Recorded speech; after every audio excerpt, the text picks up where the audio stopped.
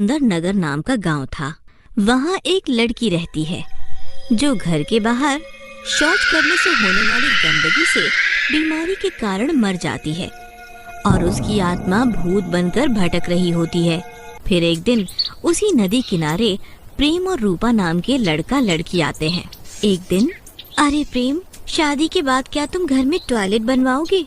अभी तो मेरे घर में टॉयलेट नहीं है और मुझे उसके लिए घर से बाहर जाना पड़ता है। अरे ये क्या जानू, टॉयलेट और घर के अंदर? अरे टॉयलेट करने का मजा तो घर के बाहर ही है। वो ठंडी हवाएं, वो दोस्तों का लाइन में बैठना। अरे टॉयलेट का असली मजा तो घर के बाहर ही है। छी, कैसी बातें करते हो तुम कभी कभी।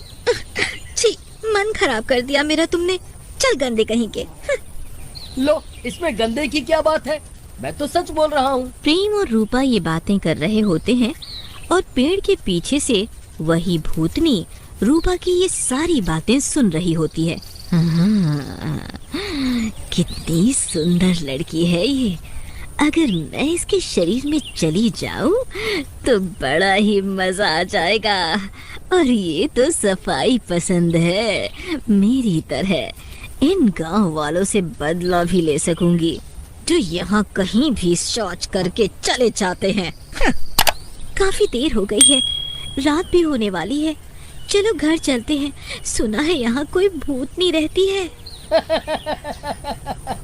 भूतनी? और यहाँ? यहाँ तो केवल मैं भूत हूँ और तुम मेरी भूतनी, और तो कोई नहीं। घर चलना है या नहीं? जाओ, नहीं तो मैं अकेले ही जा रही हूँ। चलते हैं जी। ऐसा कहकर वो दोनों चलने लगते हैं। वो भूतनी भी उनके पीछे पीछे चलने लगती है।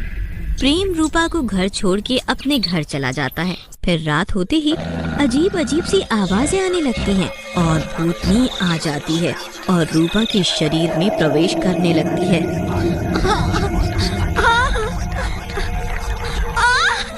कौन है जो मेरे शरीर में घुस रहा है? बहुत दर्द हो रहा है।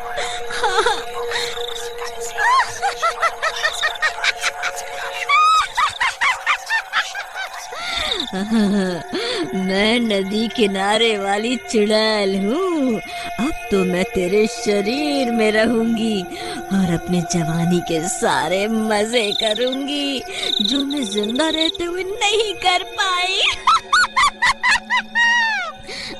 अरे लेकिन मैं ही क्यों? गांव में तो और भी लड़कियां हैं।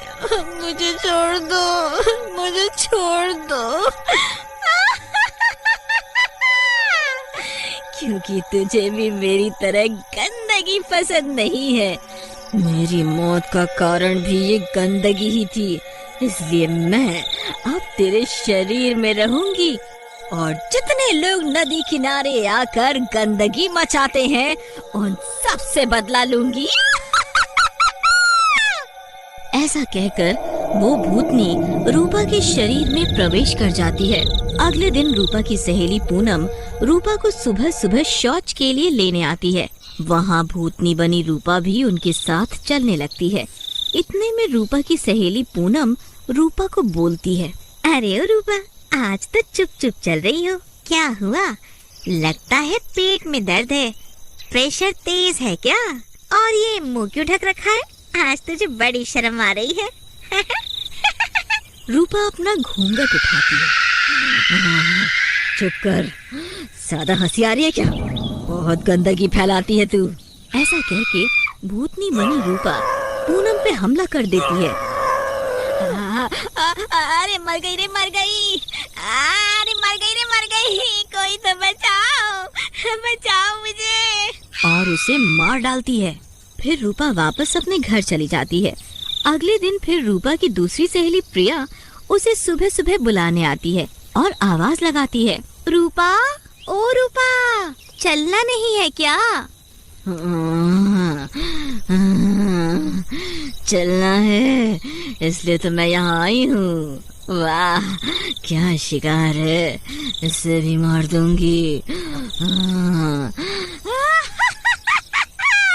इस तरह भूतनी प्रिया को भी जंगल में ले जाकर मार देती। वहीं गांव में हो रही रोज रोज इन मौतों से दुखी होकर गांव वाले एक जगह जमा होते हैं। धनिया भैया, हम सोचत हैं कि क्यों ना हर औरत के साथ उसका मर्द जाए, ताकि पता तो चले कि माजरा का है और ये सब मौत काहे को हो रही है। देखो, ये बहुत ही सीरियस मैटर है, समझो कई लोगों की जान जा चुकी है इसमें। दोनों फिर चुप हो जाते हैं और गांव वाले योजना के अनुसार अपनी अपनी बीवियों के साथ शाम को शौच के लिए जाने के लिए तैयार हो जाते हैं। सबसे पहले इत्तेफाक से धनिया का ही नंबर पहला आ जाता है। अरे हाय रे फूटी किस्मत, सचुरा अपना ही नंबर पहले आना था क्या? अब इस शेरनी के साथ अकेले जाना पड़ेगा, वो भी जंगल। चलो अब साथ में, बहुत गांव की लड़कियों को अकेले ताड़ते रहते हो। हाँ, दोनों जंगल जाते हैं और धनिया की बीवी शौच के लिए झाड़ियों के पीछे चली जाती है। तभी वहाँ रूपा घूंघट निकाल कर जा रही होती है। उसे अकेले देखकर धनिया बोलता है, आज तो मजा आ गया। हाय हाय रे, लगता है ये गांव की हीरोइनी अकेले ही जात है। क्या चीज है यार। अजी सुनती हो, हम भी खड़े हैं राहों में, तुमनो मदद चाहिए तो हम आए। रूपा रुक जाती है और धनिया की तरफ आती है और धनिया के पास जाकर बोलती है, क्या हुआ राजा, तूने मुझे आवाज लगाई क्या? वो अपना घूंघट हटाती है और भूतनी अपने डरावने रूप में आ जाती है।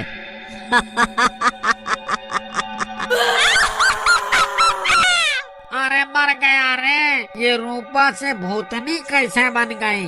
भागो रे भागो, भागो रे बच्चा।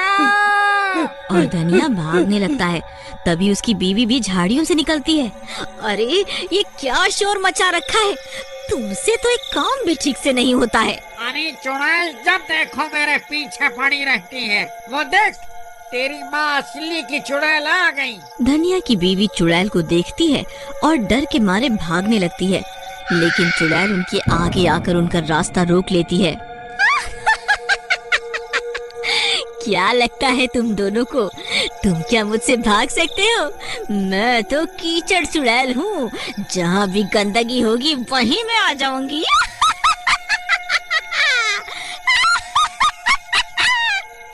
अरे चुड़ैल दीदी, मेरे पीछे क्यों पड़ी हो? मारना है तो इस निकम्मे को मारो, कुछ काम नहीं करता और एक एक महीने नहाता नहीं है। चुप कर चुड़ैल, एक तो तेरे सारे खर्चे उठा उठा कर मैं 100 किलो से 50 किलो का रह गया हूँ और तू मुझे ही मरवाना चाहती है। अरे चुप करो तुम दोनों, तुम्हारे इस ड्रामे से मैं दुखी हो गई। ऐसा करती हूँ तुम दोनों की ही जान ले लेती हूँ। हाँ। जैसे ही चुड़ैल उनको मारने के लिए आती है, उनका पीछा करते करते गांव वाले आ जाते हैं और चुड़ैल को देख के घबरा जाते हैं। अरे बाप रे, ये तो चुड़ैल है, लगता है यही सब गांव वालों को मार रही थी। अरे लगता है ये रूपा के अंदर समा गई है। आओ आओ गाँव वालों, मैं इस रूपा के शरीर में समा गई हूँ और जब तक तुम लोग खुले में शौच करोगे, मैं तुम सब लोगों को ऐसे ही मारती रहूंगी। ऐसा कहकर वो चुड़ैल धनिया को उठा लेती है और मारने लगती है। तभी एक गांव वाला अपने पास से गंगा जल उस चुड़ैल के ऊपर डाल देता है, जिससे वो चुड़ैल जलने लगती है। अरे रे रे रे, मर गई रे, अरे मर गई रे, ये क्या तूने डाल दिया, ये तूने क्या किया? बहुत दर्द हो रहा है, लेकिन तू क्या समझता है मैं मर जाऊंगी? मैं दोबारा किसी के शरीर में प्रवेश कर जाऊंगी। जब तक तुम लोग गंदगी फैलाओगे और खुले में शौच करोगे, मैं मर नहीं सकती। मैं मर नहीं सकती। अरे भाइयों, इस चुड़ैल को भगाने का एक ही तरीका है, इस गंगा जल को नदी में डाल देते हैं और रूपा को भी, उससे साफ और क्या होगा। हाँ हाँ भाइयों, ठीक है, सभी गांव वाले रूपा को मिल के उठा लेते हैं और नदी में फेंक देते हैं। नदी में गिरते ही भूतनी बाहर निकल जाती है और रूपा आजाद हो जाती है।